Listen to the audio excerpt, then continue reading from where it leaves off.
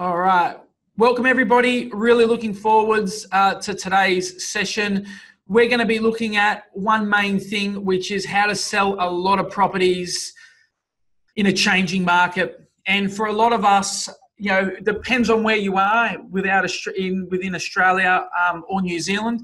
Some of us are going to have a changing market favouring a buyer's market, and some of us are going to be favouring a seller's market. So here's what I've got for you guys today. I realistically want to cover, these are my 5 agenda points. And if I can get through these, I'd be absolutely stoked, okay? So for me, thing number 1, I really want to help you guys close the gap between where the vendors currently are and what the market is willing to pay. That's one challenge that I'm seeing a lot in my coaching business. When I'm going in, working with officers, doing one-on-one coaching, or working with teams, this is something that's frequently coming up saying, Aaron, I've got this great offer, but the vendor won't take it, or the vendor doesn't realize it's a good offer. So I really want to give us some tools, some strategies, some dialogues, and some systems around how to close that gap. Number 2, I want to talk to you about the price improvement system. And basically what I mean is, how are we doing price adjustments in a changing market? That's number 2. Number 3, I want to give you guys some simple scripts and dialogues on how to negotiate your fee. Because here's what I know, regardless if it's a seller's market or if it's a trending market up or a trending market down, everybody always wants to better their position with fees, e.g. the vendor always wants the best deal, the agent always wants what they're worth. So I'd like to get into a bit of a conversation about that.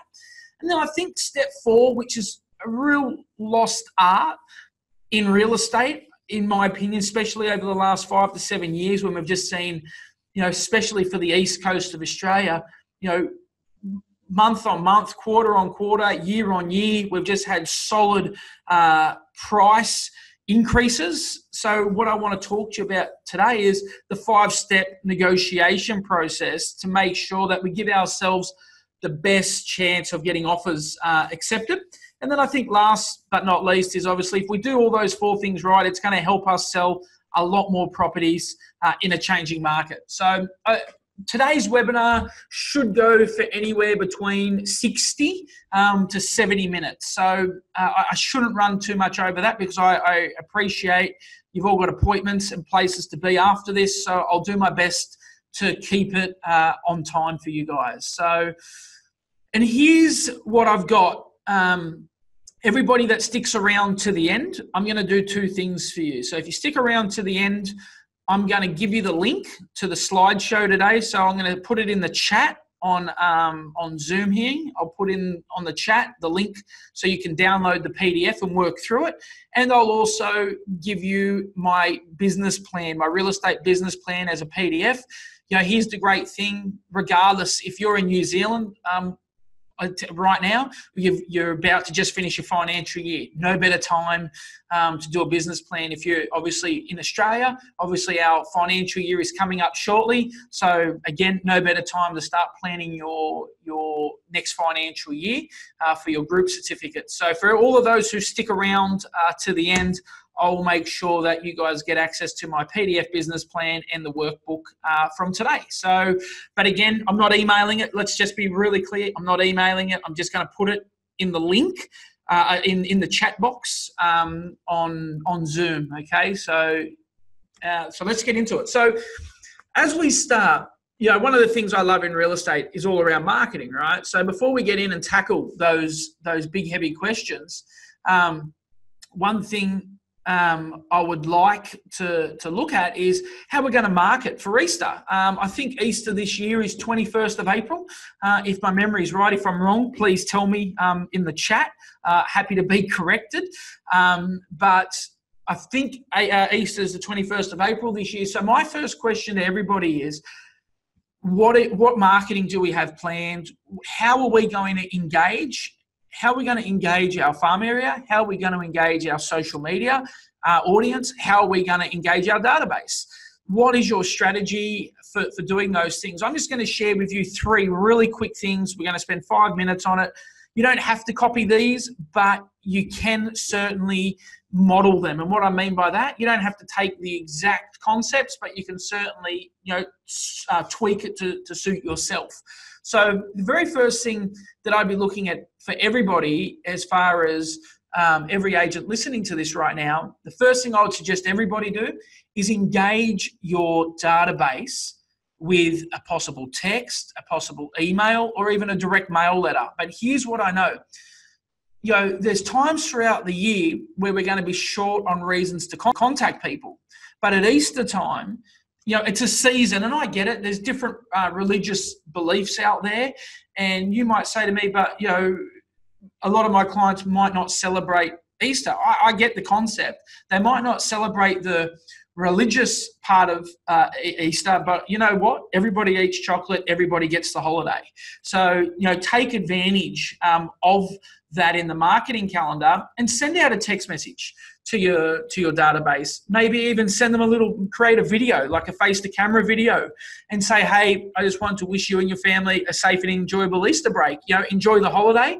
If you need anything on your return, be sure to get in contact with me. Make that a little video and send it out.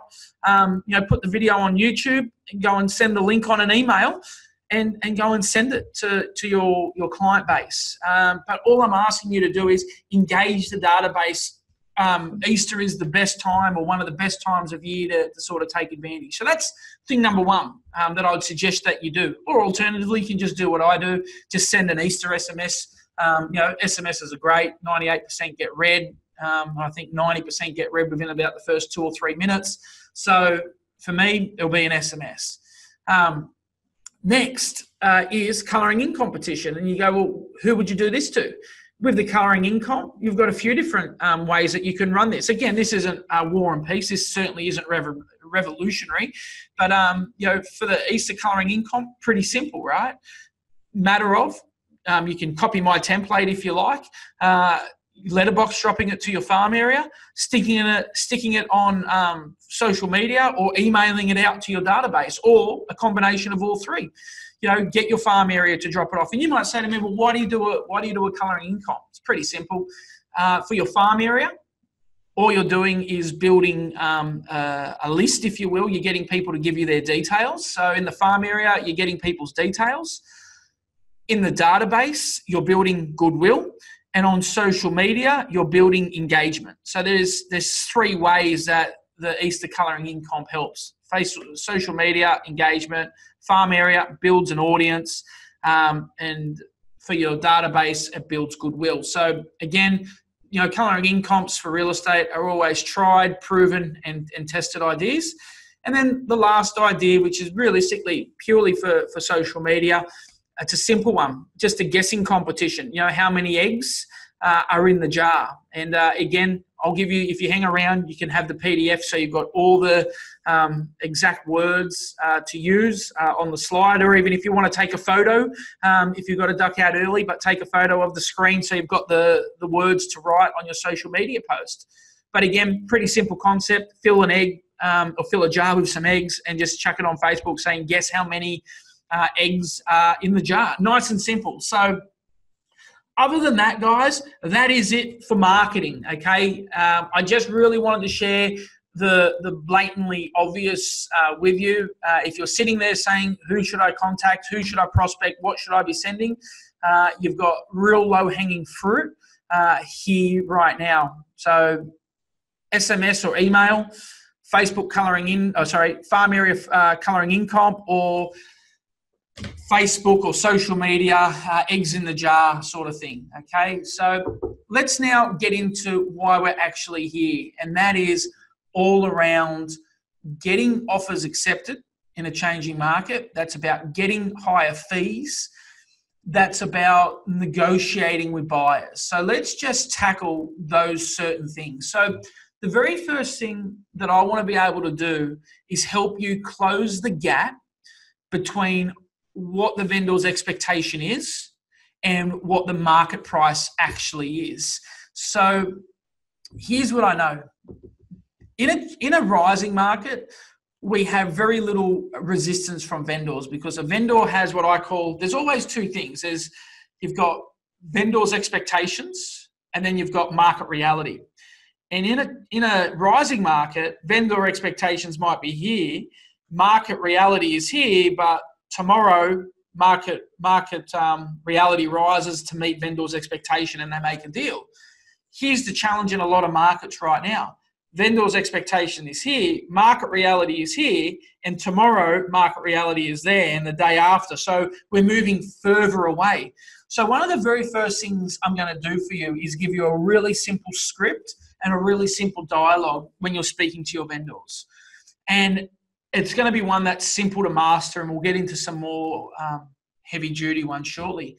But for me, one of the first things you can say to your vendor is, look, Mr. and Mrs. Vendor,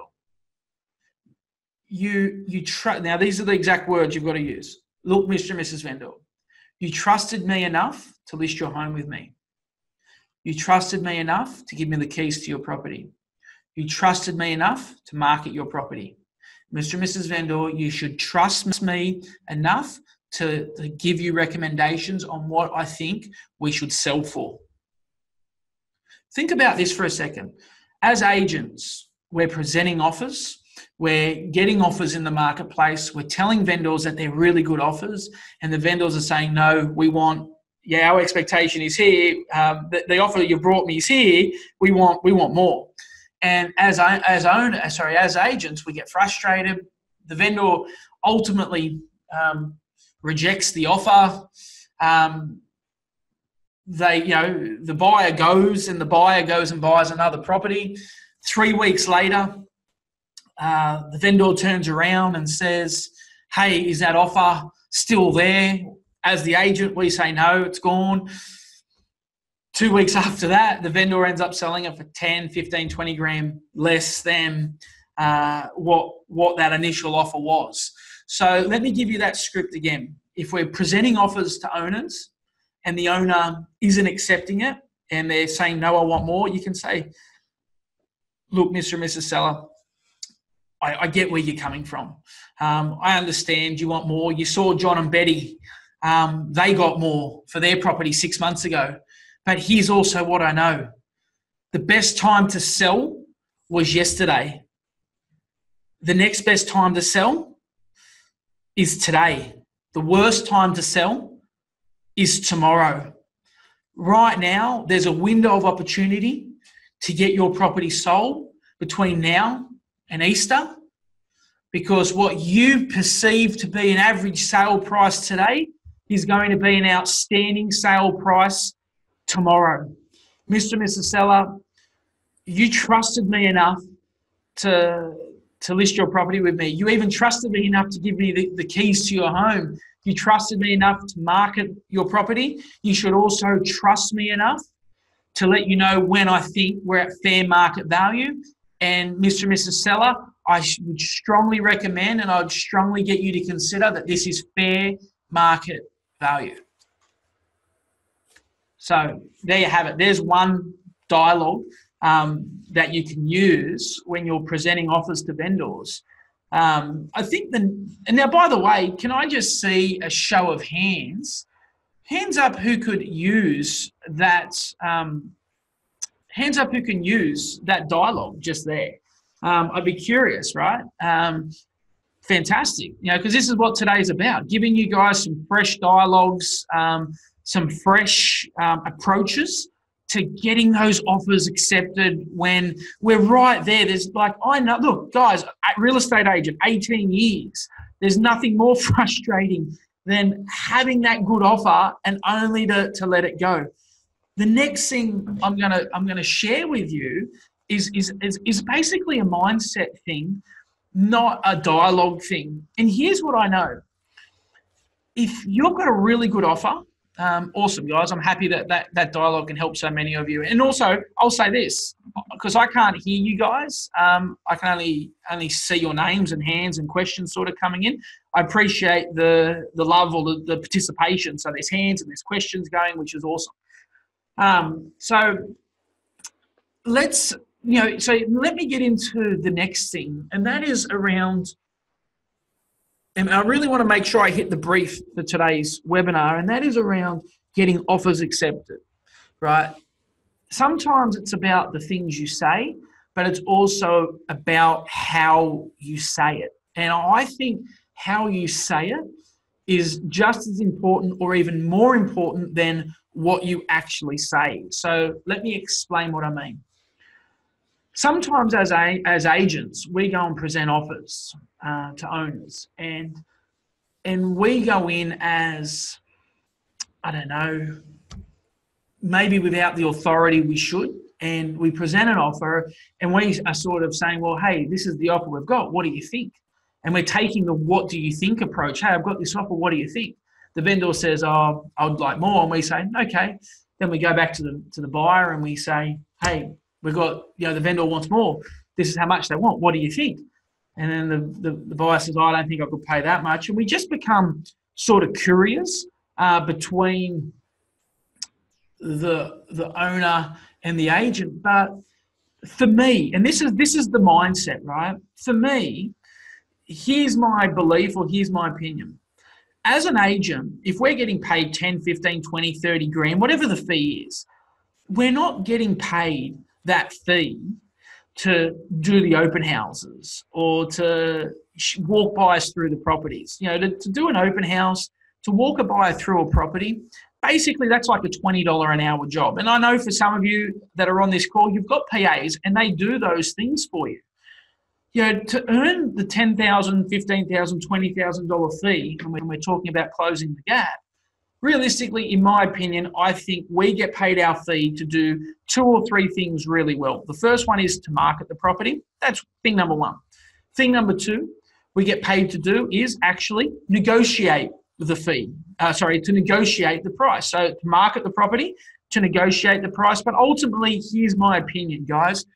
As an agent, we get paid our money. We get paid our full fee to know what level to actually go for, to know what level to accept. Let me explain as an analogy. And this is an analogy that I give to people when I'm presenting offers if they're giving me some pushback. Okay, so if they're saying, no, I want more, I will present this analogy to them. And I'll say, look, Mr. and Mrs. Seller, I get where you're coming from. So the first thing, whenever I get any sort of resistance, the first thing I always do is stop and acknowledge their concern and then align with them, right? So it's not me versus you, it's me with you, okay? So first thing is acknowledge the concern. I get where you're coming from and I completely understand. John and Betty got a little bit more for their property 6 months ago, but let me give you an example. There was a nuclear power plant and one of the control panels, one of the major control panels was on the blink. It wasn't working right. The people in-house couldn't fix it. So they flew in an expert that specialised in fixing the control panel that it was. So the guy flew in, had a look at what was wrong, did a heap of tests and diagnosed the problem. He found there was a faulty button. Anyway, he was there for about an hour, hour and a half. He had the replacement button. He went in, he fixed it. He sent the plant an invoice, and the invoice was for $10,000. And the plant thought, hang on, this is pretty expensive. It was only a button, and you're only here for sort of 90 minutes. How come it was $10,000? So they said, can you itemize the invoice for us, please? And he said, sure, no problems. And on the top of the invoice, it was the part. So part, and the amount was $1. Then underneath that on the invoice was knowing what part to replace, $9,999. And what's my point? For me, I think as an agent, we earn our fee knowing where market value is. Our fee is earned when we know as agents what a good offer looks like. True or false? I'd love your opinion on this. As an agent, we know what market value looks like and we know what a really good offer looks like. So when it's a really good offer, it's our job to be able to relay that to vendors. So let me break this down when we're talking about getting offers accepted. In my opinion, we get paid to do 3 things well. And on a $10,000 invoice, it might be $1,000 or $1,500 to market the property. It's probably $3,000 or $4,000 to actually negotiate it.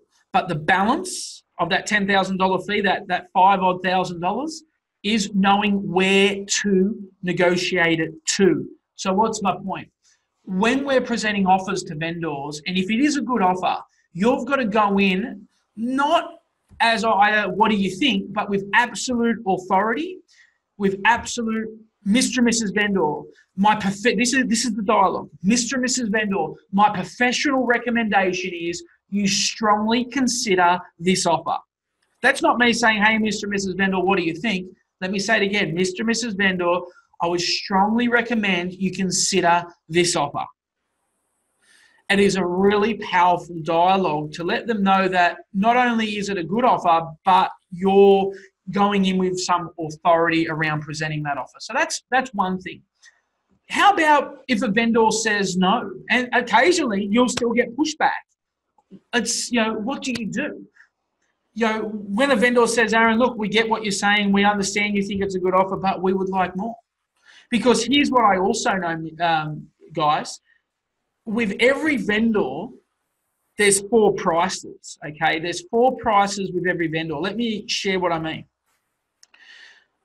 When a vendor first comes to the market, they have what I call their first price level, and that is their ecstatic price. That's the price when they share it with you, right? What I mean with you as the agent, when you sit down in that initial meeting and you tell them and you share your views on what you think it's worth, they share their views on what they think it's worth. What they're sharing with you is their first price, which is their ecstatic price. Then underneath ecstatic price, there's what I call the I'm happy with price. And that's the price where they go, look, I'm not ecstatic with it, but yeah, I'd be happy with that. And then underneath that price is that I would take it if I had to price. And then underneath that is, oh my God, I can't believe I'm selling it for this price. And then underneath that is probably market price in a lot of markets right now, right? So what's my point? My point is this. One of the things I promised I was going to help you with today is helping you get properties sold, helping you close the gap from where the vendor's expectations are to where the buyers are. Can I share a really simple strategy with you on how to do that? And that is to treat, if you're doing private treaties, if you're predominant, just show of hands for those of you who are predominantly private treaty agents. Just say show of hands who are okay. Most of us. So we're on a sold out webinar or fully booked webinar. There's 101 people on this. It's jammed, right? So for the most part, it's predominantly private treaty. So now, and this will still apply to auction, but let me explain something to everybody. I'm going to try and get fancy here. It may work, it may not, but here's what I know. You've got to treat your private treaties like an auction. And let me explain what I mean. In an auction scenario, okay, in an auction scenario, there's the structure works well because the auction's on the 4th week. Let me explain what I mean. Let me explain the difference between private treaty and auction in how private treaty is traditionally broken compared to auction. So let me explain this because it's really going to help you get some offers accepted. So here's what I know. In the traditional private treaty model, we go and get a hot listing, right? So we go and get this new hot listing, and then and we get all excited. We run back to the office. We've got the authority signed, and the first thing we do is we tell our boss or we tell our spouse, and then the second thing we do is we jump on the phone and we're calling all the hot buyers. We're calling all the hot buyers and we're telling them about this brand new property. So we get all these hot buyers and we take them through this hot property. We get all these great offers. We present the offers and only for the vendors to turn around and say, oh, look, that's a great offer, Paul, but we'd actually like more money. Because here's the challenge. In the scenario of private treaty, we think we have a hot new listing, but we might have a hot new property, but we've got a stone cold vendor. Let me explain what I mean. We've got a stone cold vendor in the sense that, remember the 4 phases of price? You've got your ecstatic price. Well, that's where they currently are. In week one, they're hoping for the ecstatic price. So we're presenting offers and they're like saying, well, we don't know what a good offer looks like because we haven't had any other offers to compare it to. So in week one in a private treaty, we go and bring all our best buyers through. We get these really good offers. The vendor rejects those really good offers. And then week two, we go and take some people that have got maybe not as good offers, maybe not as hot buyers. Then we go and present them. And then week three, the vendor says, is that buyer still there? Because they've moved from their ecstatic price now down to their I'd be happy with price. So what's my point? And it's very simple.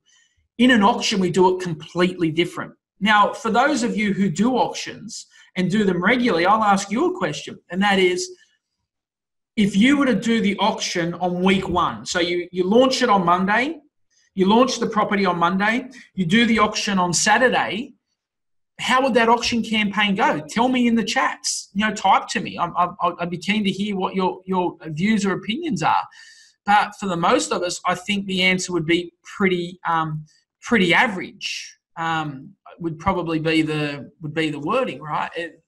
Because we haven't had time to educate the vendor. So here's my point. The reason why the auction process works so well is because it allows the sellers to go through the 4 phases of price in a process. You think about it. We don't do the auction on week one because in week one, the vendor's expectations are at the ecstatic price.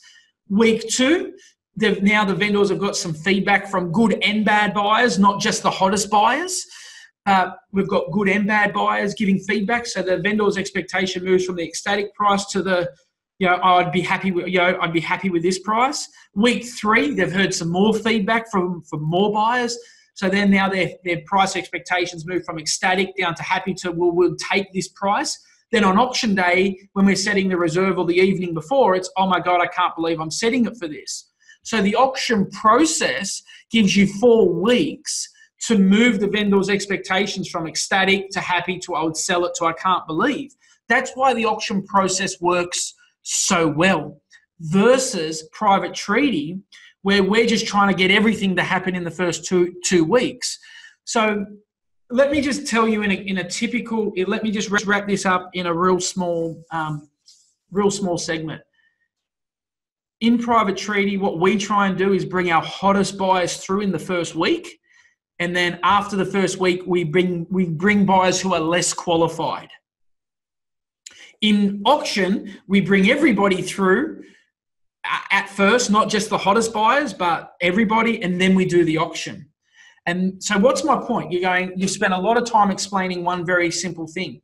If you want to get more offers accepted in this market, you want vendors to be actually happy with the price that they're taking and you actually get offers accepted, here's what I want you to do.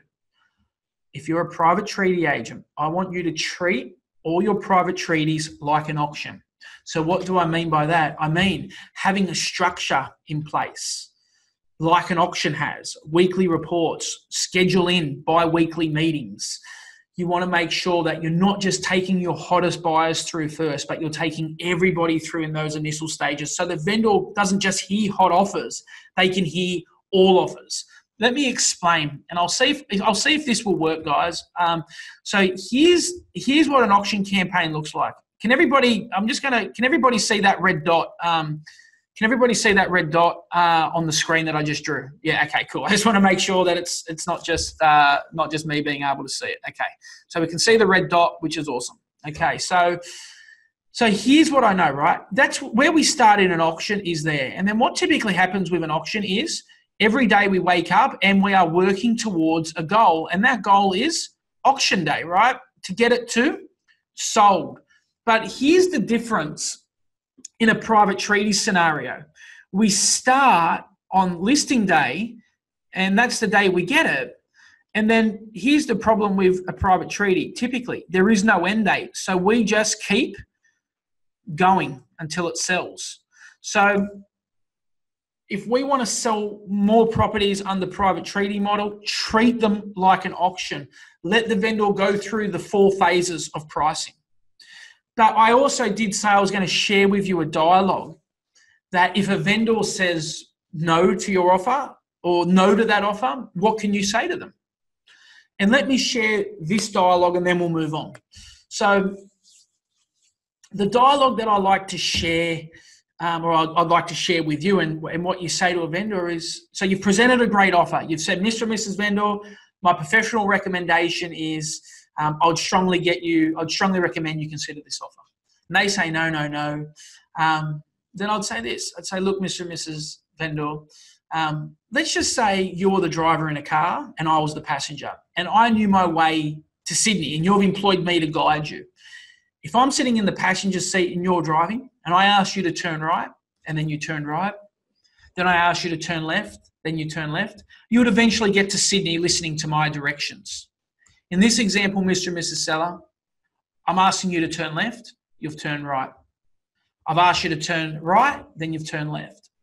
I'm now longer not responsible for where this journey ends. Here's the reality, Mr. and Mrs. Seller. You entrusted me enough to list your property with me. You entrusted me enough to give me your keys.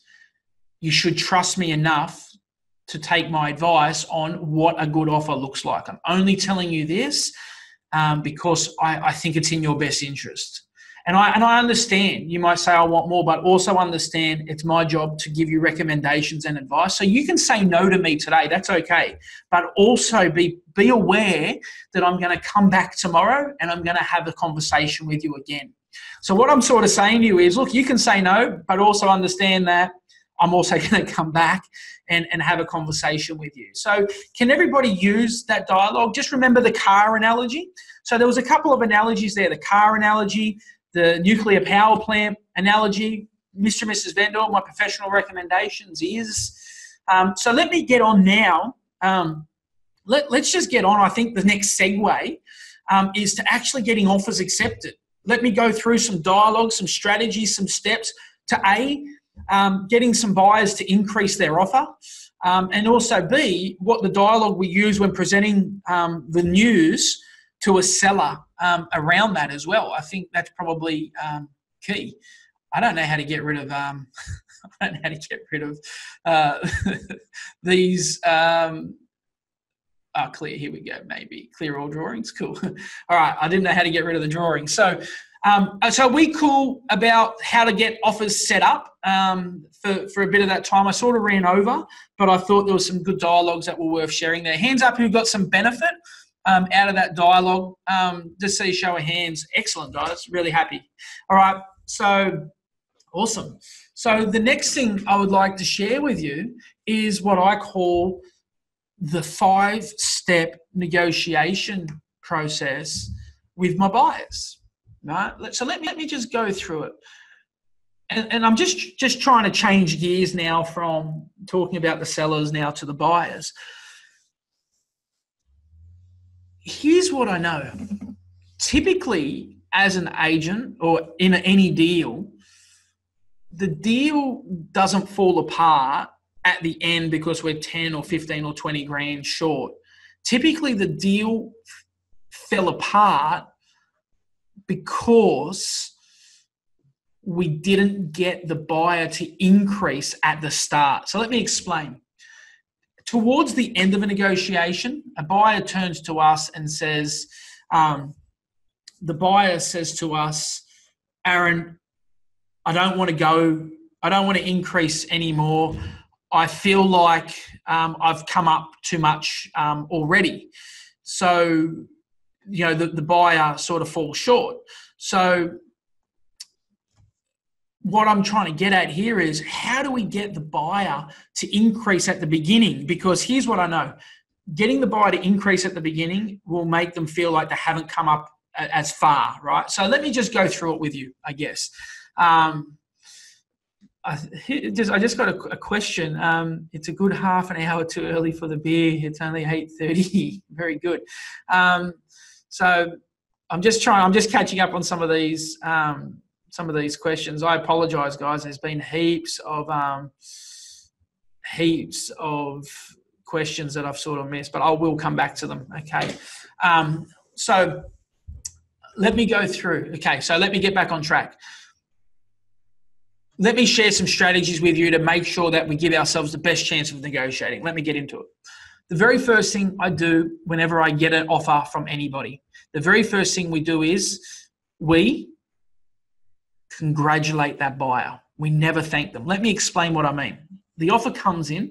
We say to the buyer, thank you, Mr. and Mrs. Buyer, for that offer. I know we're being courteous and polite, but if we say thank you to anybody, typically what that means is you're doing something nice for me. So you're doing something nice for me, so therefore I'm going to say thank you. But that implies you're doing me a favor as the agent. You're doing me a favor as the buyer, helping me as the agent, and you're doing something for the vendor.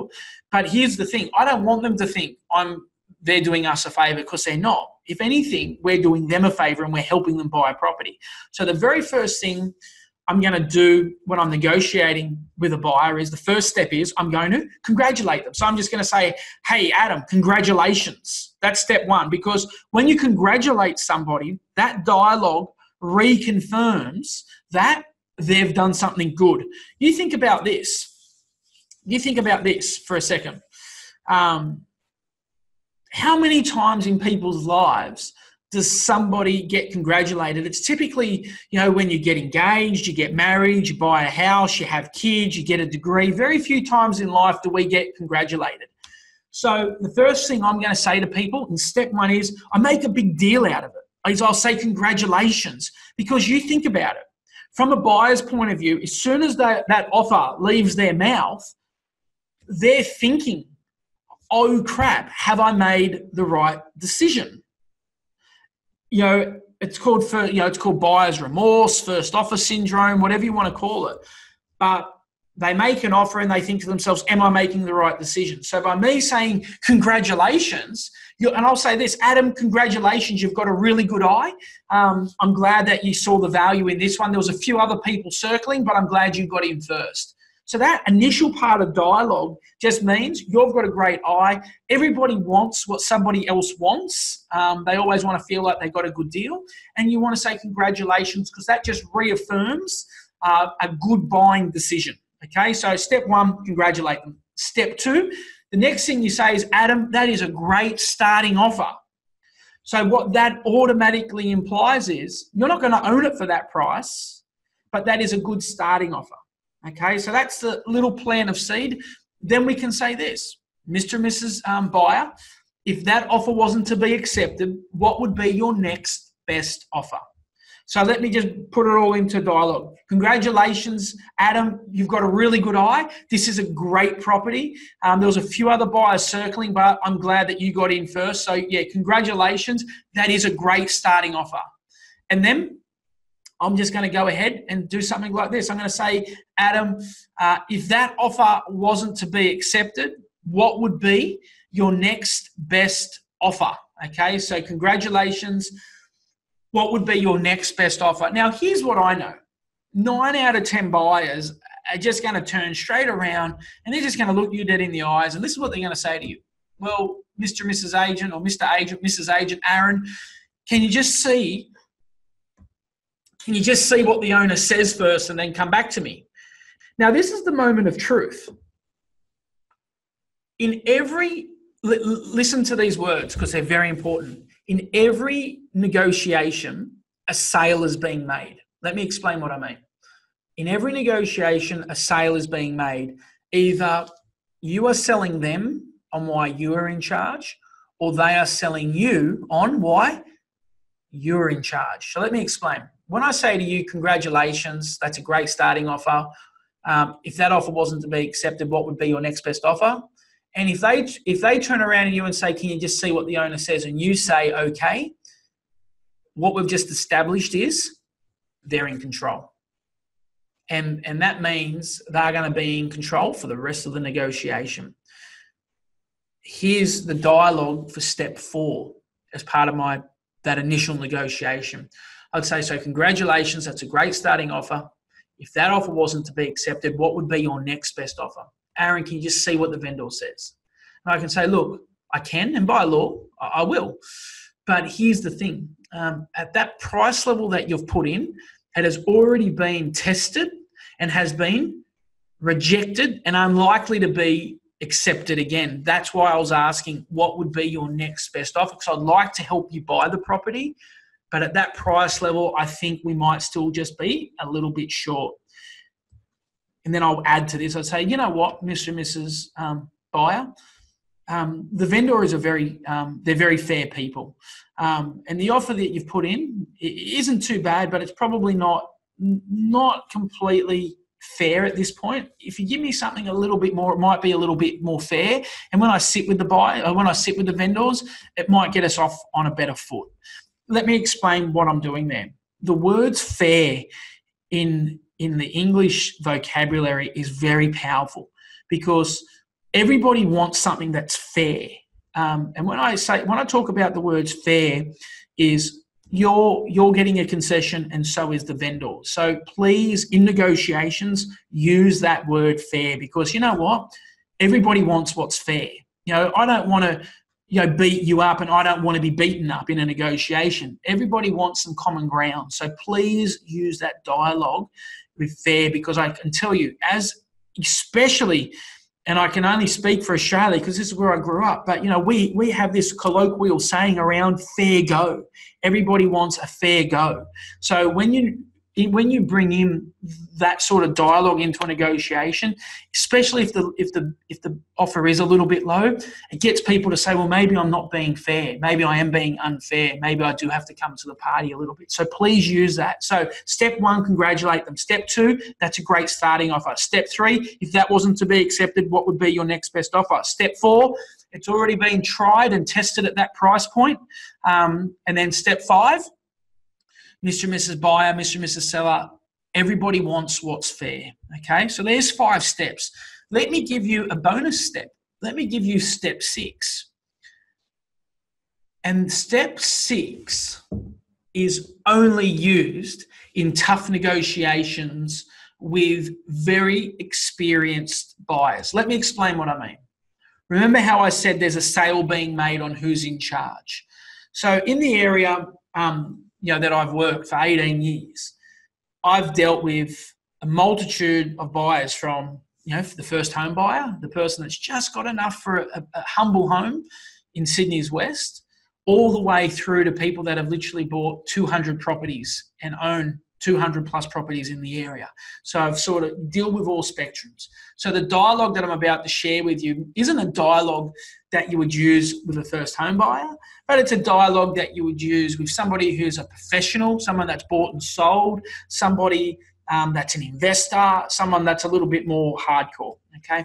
So I might go in and say, congratulations, that's a great starting offer, and go through those steps. Those first 4 or 5 steps. And they just say, Aaron, look, we appreciate all of that, but can you just put in my offer and see what the owner says? Now it's the moment of truth, because with one of those serious hardcore buyers or investors, if you go now, they're going to beat you up for the rest of the negotiation. So here's what I'll say to somebody that is a real hardcore sort of negotiator. And I wouldn't do this with everybody, but for the hardcore negotiators, I'll just stop them dead in their tracks and I'll say, look, Paul, look, I can submit your offer. There's no problems with that. And by law, I actually have to submit your offer. That's the reality. So you've given me an offer. So by law, I need you to put that offer in writing to me. And I also need to submit that offer in writing. So I will do that for you. But here's the thing, Paul. I've got a really good relationship with this vendor. So I'll go and see them this evening when they get home from work. And we'll sit at their dining room table. And I'm going to present your offer. They're going to look me dead in the eyes and they're going to ask me, what do I think about your offer? And I'm going to tell them not to take it because I believe that your property or the property that you're looking at is worth more. So here's the challenge right now, Paul. The vendor isn't your stepping stone. I am. So that's why I was asking what would be your next best offer, because I actually want to help you buy the property. But at the price level that you've submitted, I just think we're still too far apart. I don't think it's a fair offer on your behalf. Something like that. So I would never say that to a first home buyer because it'd probably just be too full on. But for somebody that's bought and sold and is experienced dealing with agents, that lets them know, well, hang on, this guy isn't a pushover, and if I do like this property, I'm going to have to put my best foot forwards. And that's really what I'm trying to do. So let me just say it one more time. Look, Paul, by law, I have to put the offer to the vendor, and I'll go and see them tonight and present your offer. They're going to look me dead in the eyes and they're going to ask me, what do I think? I'm going to look them dead in the eyes back and say, I believe that the offer is below the market value, and I'm going to advise them not to take it. I actually valued the property higher than what you're talking about now. So right now, Paul, the vendor isn't the stepping stone. I am. I do want to help you buy the property, but at that price level, I just don't feel like it's going to buy it, and I don't feel it's fair. I want you to be happy, but the vendor also needs to be happy as well. Something like that. It will come out different every time, but you get the idea of it. So just see a show of hands. Who can use those sort of 5 steps? Excellent. That's awesome. I'm really happy with that. So there's a couple of steps there. You don't necessarily all have to use step 6. I get that. Are you allowed to say, yeah, Amanda, if you don't think it's a good offer, you don't think it's... So one of the questions was, I don't think it's a good offer. If you don't think it is, of course, like you think about this, right? Like when you go to any other professional, solicitor, accountant, doctor, lawyer, whoever it is, you're paying for the advice. So on any agency agreement, I don't care what country you're in, what state you're in, somewhere on your authority, on your agreement, you have to put in your expectations. And typically, if the buyer is below your expectations, of course you can say, I don't think it's a good offer. I valued it for more. You're completely entitled to say that. You're acting on the vendor's best interest to get the most you can. You're not a buyer's agent getting paid a fee from the buyer. You're a selling agent getting a fee from the seller. So it's your obligation, your moral duty, and your right as an agent to, if it's a good offer, tell them, the vendors, it's a good offer. If it's an average offer, you tell them it's an average offer. That's what they're paying us for, to give them advice and recommendations. So let me get on to now actually some dialogue. Let me pause for a second. I'm going to have a drink of water. I've prepared for you about 30 slides in which I have covered none because I've just been, I don't know, just talking, as we go, because I sort of know the agenda point. So it just, hopefully it's okay being a little bit off cuff and a little bit candid, opposed to just working through a set of slides. So if everybody's cool with that, I'll continue doing that. I don't know. Let me see if I can. So yeah, if you're cool with that, just put it in the chat or just say, yep, cool or whatever. I spent like 2 hours. I spent like 2 hours putting these slides together yesterday for you guys. And I haven't used any of them. I'm glad it's working well. So, g'day, Phil from Penrith. I really enjoyed seeing you guys at coaching last week. It was really cool. I love your energy.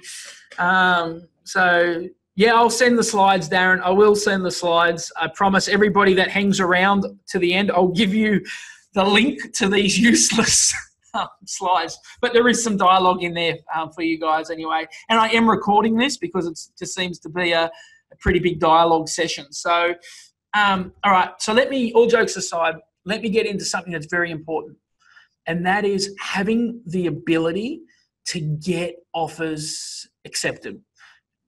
If there's one muscle you need to work as an agent, that is getting offers accepted. Let me explain. If you lack that skill and you lack the ability to get owners to see and meet market value, you don't have listings. You have mirages. What I mean by that, they look like a listing, they feel like a listing, but you can never quite get the deal done because you got this buyer, then the vendor wants more, and then you just can't close the gap. So if you're a new agent and you ask me this question, Aaron, if you had your time over, what would you do differently? Or Aaron, if you're a new agent, what would you work on? Or, just your typical questions.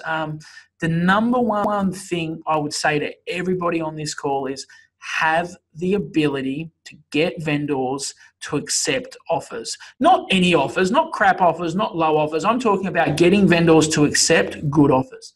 So let me go through a few things with you. The very first thing I'm going to go through is some dialogue on how, when I'm presenting offers, if I'm getting pushback. Okay, if I'm getting pushback, I'll go through some dialogue with you. So one of the first things I do when I present an offer, the first thing I'll always say is I've got good news. So it's always, from a vendor's point of view, it's always good news when I've got an offer. It's like, hey, I've got great news. So then you present your offer, right? And whatever your offer is. But look, some negotiations are going to be easier, some they're going to be less resistant, and some are going to be more resistant. And I've gone through some dialogue, my professional recommendation. I've gone through some of them with you. But let me share another strategy with you. Let's just say the offer that you've got is a really good offer. And let's just say it's 10, 15, 20 grand. 10, 15, 20 grand short. And you go through my professional recommendation dialogue, you go through you've trusted me enough, you go through I've asked you to turn right, you've turned left, you go through yesterday was the best time, today's today's the next best time, tomorrow's the worst time. You go through, you've got a window of opportunity to sell now, between now and Easter. What you perceive as an average price is going to be an outstanding price tomorrow. So you go through those 5 or 6 key dialogues and you're still not getting anywhere. Then I'll just say this. I'd say, look, Mr. and Mrs. Vendor, here's the reality right now. Right now, Mr. and Mrs. Vendor, let's just say we've got an offer of $650. Let's just say true market value is $650, $640. So it's where it should be. The vendor wants $670 because that's probably pretty typical, right, in any negotiation. And then I can say this, Mr. and Mrs. Seller, look, here's what I know. Right now, we've got $650,000, and that's a really good offer. Here's the first thing I would say is, if we're investing that money and we had $650,000 to invest in something, and the investment was to potentially get $20,000 with no guarantee, I would not risk $650,000 to potentially get back 20. That's not a good investment. And if you were gambling and you took the money to the casino and put $650,000 on the table, you wouldn't put $650 on the table to potentially get back 20. That wouldn't be good gambling and it wouldn't be a good investment.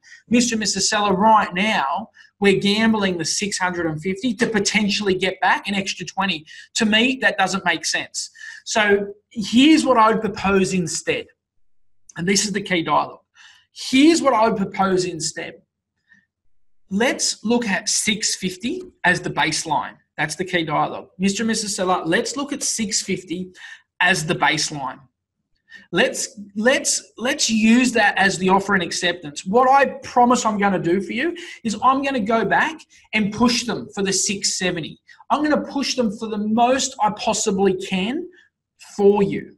But let's not lose them. So if I can get you $660, if I can get you $655, if I can get you $665, that's what I would consider the bonus. But let's move forwards at $650, and whatever else I get from here is the bonus. So that one dialogue has helped me countless times where somebody wouldn't accept an offer. Then, they say, all right, let's get underway at the $650, but please push them for some more. Push them to get more money from them. Now, at this point, we have a deal. We have an offer, we have an acceptance from the vendor, but the vendor is still hopeful that you're going to get them more money. And here's the thing with most vendors. They just want to see that you're working hard for them. A lot of the time with vendors, when they don't accept offers, it's because they don't feel like you've given them a fair go. But when they can see you've absolutely exhausted all avenues, that's when they say, hey, look, we'll take the offer. So I'll say, let me break down the dialogue again. I'll say, look, Mr. and Mrs. Vendor, the $650 we've got is a really good offer. I wouldn't gamble $650 to potentially get an extra 10 or 15 or 20,000. That's not a good investment. Let's get underway at 650. Let's use that as the baseline, and anything else we get on top of that, that is the bonus. Let me push them. Let me push that buyer for every last dollar. Let me go back and do that for you. But anything we get from here, let's use that as the cream on top, and let's not lose the buyer, because Mr. and Mrs. Seller, here's what I know. What you perceive to be an average price today is going to be an outstanding price tomorrow. So let me get this deal done for you. As soon as they say yes, you race straight back to the buyer and you say, look, Mr. and Mrs. Buyer, we're so close. We're almost there. And I'd say your next best offer will buy this property. And they say, Aaron, we're completely out. Now, look, in this example, it's going to go one of two ways. They're going to say, well, what else do we need? It might be an extra 5, it might be an extra 1, whatever it is. You can say, just give me your next best offer and the deal will be done. Just give me that last and final offer and let me get the deal done for you. So that's one way it will go. The next way it will go with a buyer, and they'll say this, no, we're done. Like I told you, we're completely done. You might ask this very valuable question in any negotiation, right? And this is when we talk about how to put deals together, because this is what we're talking about, and that is, we can say this, sorry guys, I was just reading some questions and I got distracted. See you later, Scott. Have a good day, mate. I'll say this to a seller, to a buyer. I'd say, look, Mr. and Mrs. Buyer, we're right there. We're on the cusp. What I need from you is your last offer. And they say, no, that's it. We're all out. I can say this. If somebody comes back tomorrow and pays an extra $2,000 or $3,000, would you want me to call them or would you want me to just go ahead and sell it to them? Let me ask that. Let me tell you the dialogue again. Whenever you get an offer and the buyer says, nah, we're maxed out, we're tapped out, that's the most I'll go to, always ask the question, Mr. and Mrs. Buyer, if I was to get an offer of $2,000, $3,000, $4,000, $5,000 extra, would you want me to call you or just go ahead and sell it to them? Right? That's very powerful dialogue. You can also use that dialogue at an open house to find out if a buyer is interested in a property. And you can just say this. You can go through, with the buyer and they can inspect the property and you can say, look, Mr. and Mrs. Buyer, if it looks like there's going to be an offer made on this property, would you want me to call them if that happens? If they say yes, that means they're interested. If they say no, it means they're not interested. So you can use that same sort of question. You can use it twice. You can use it to find out buyer's interest, but you can also use it in a negotiation when the negotiation stalls. So we're going back to that buyer. It's like, we're so close. We've got an offer and acceptance from the vendor. We're just trying to get that last little bit of money from them. I can say, Mr. and Mrs. Buyer, give me your last offer. And they go, no, we're out. I'd say, well, look, if someone was to make an offer of $1,000 or $2,000 more, would you want me to call you? And they say, yes. I'd say, well, look, give me that money now and let me put it to the deal and let me see if I can get it done for you. So that's one way to do it. If they still say no, Aaron, no, look, if someone makes an offer for $2,000 more, give it to them. Now you know that they're basically out, there's no more. So then this is what I would say to them. I'd say, well, look, I want you to get the property. We're literally, I understand you're saying you've got no more money, but can you do me a favor? Can you look at what's in your wallet? And they go, what do you mean? I go, tell me, how much is in your wallet? And they open their wallet and they say, oh, $55.50. I say, give me that now and let me put that to the deal and let me get that accepted. And they go, you sure? And I go, yeah. So you get the extra $55.50. You go and present it to the vendor and you say, look, Mr. and Mrs. Vendor, I literally had to take their petrol money or their grocery money. What does that mean? It means you got every last cent from that seller. You got every last cent from that buyer for your seller. So there's some dialogue, there's some strategies on getting offers accepted from vendors, getting buyers to increase. I've helped you with some marketing for Easter. I think the last thing I really want to share with you is some dialogue, not a lot, just 4 or 5 things around some scripts and dialogues around fees, because that was one of the things, And I don't care what market you're in. In a boom market, there's always fee pressure. When the market slows down, there's also fee pressure. It just seems it doesn't matter what way the market turns. There's always fee pressures. But here's what it looks like, right? Let me go through some dialogue with you. Especially it's been working well for some of my coaching clients that I've been working with one-on-one. And the dialogue is very simple. When you're presenting a fee, right, and especially if you know you're going in higher than the competitors and you know you're going to get some pushback, one of the very first things you can say this two ways. You can say, look, Mr. and Mrs. Seller, do you want me to present you a selling fee that's going to ultimately help me win the business and get your property on the market? Or do you want me to present you a selling fee that's going to help you actually get your property in the market and sold? So let me say that again. Do you want me to present you a selling fee that's going to help me win the business and get you on the market? Or do you want me to present you a selling fee that's going to get you in the market and sold? Because they're two different things. And they go, well, what do you mean? I'd say, well, I can tell you a really cheap fee and that can be enticing to you and that can help me get an authority sign. But what that also means is I've got to cut essential services from the campaign, which will help me get you on the market, but it won't necessarily help you get your property sold. And then I always, these are some, you don't have to ask these in the exact order, but I'll say something like this: Mr. and Mrs. Seller, so let's just say we're in a negotiation and I say I'm at 3% and they're at, I don't know, 2.5.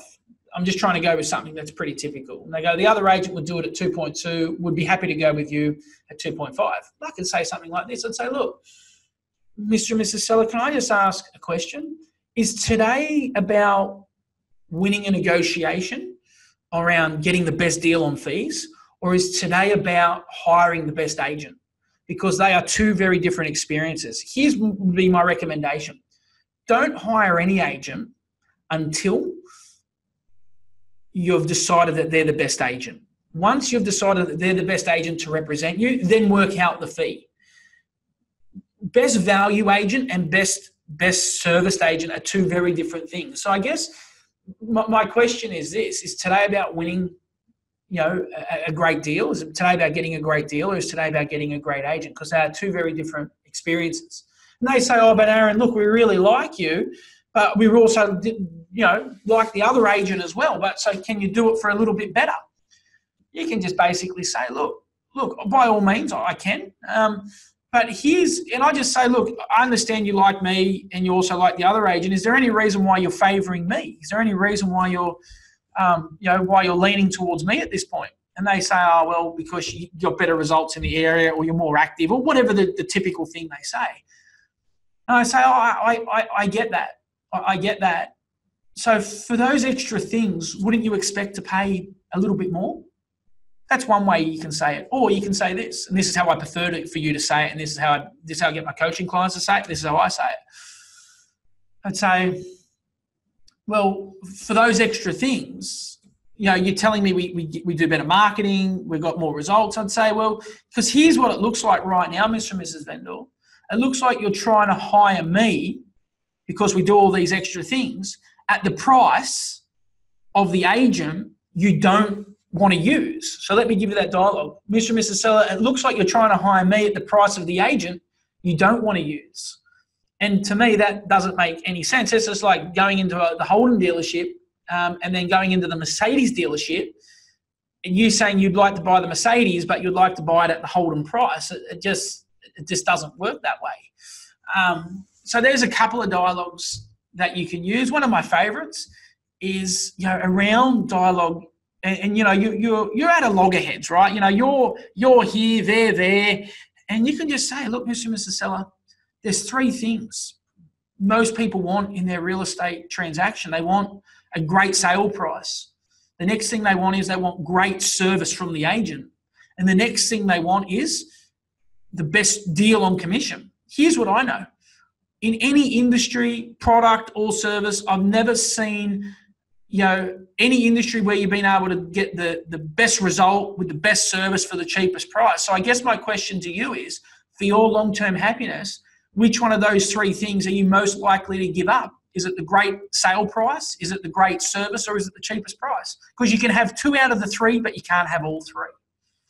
So that's another sort of dialogue as well. Let me go through a couple of these to to see if I've missed any.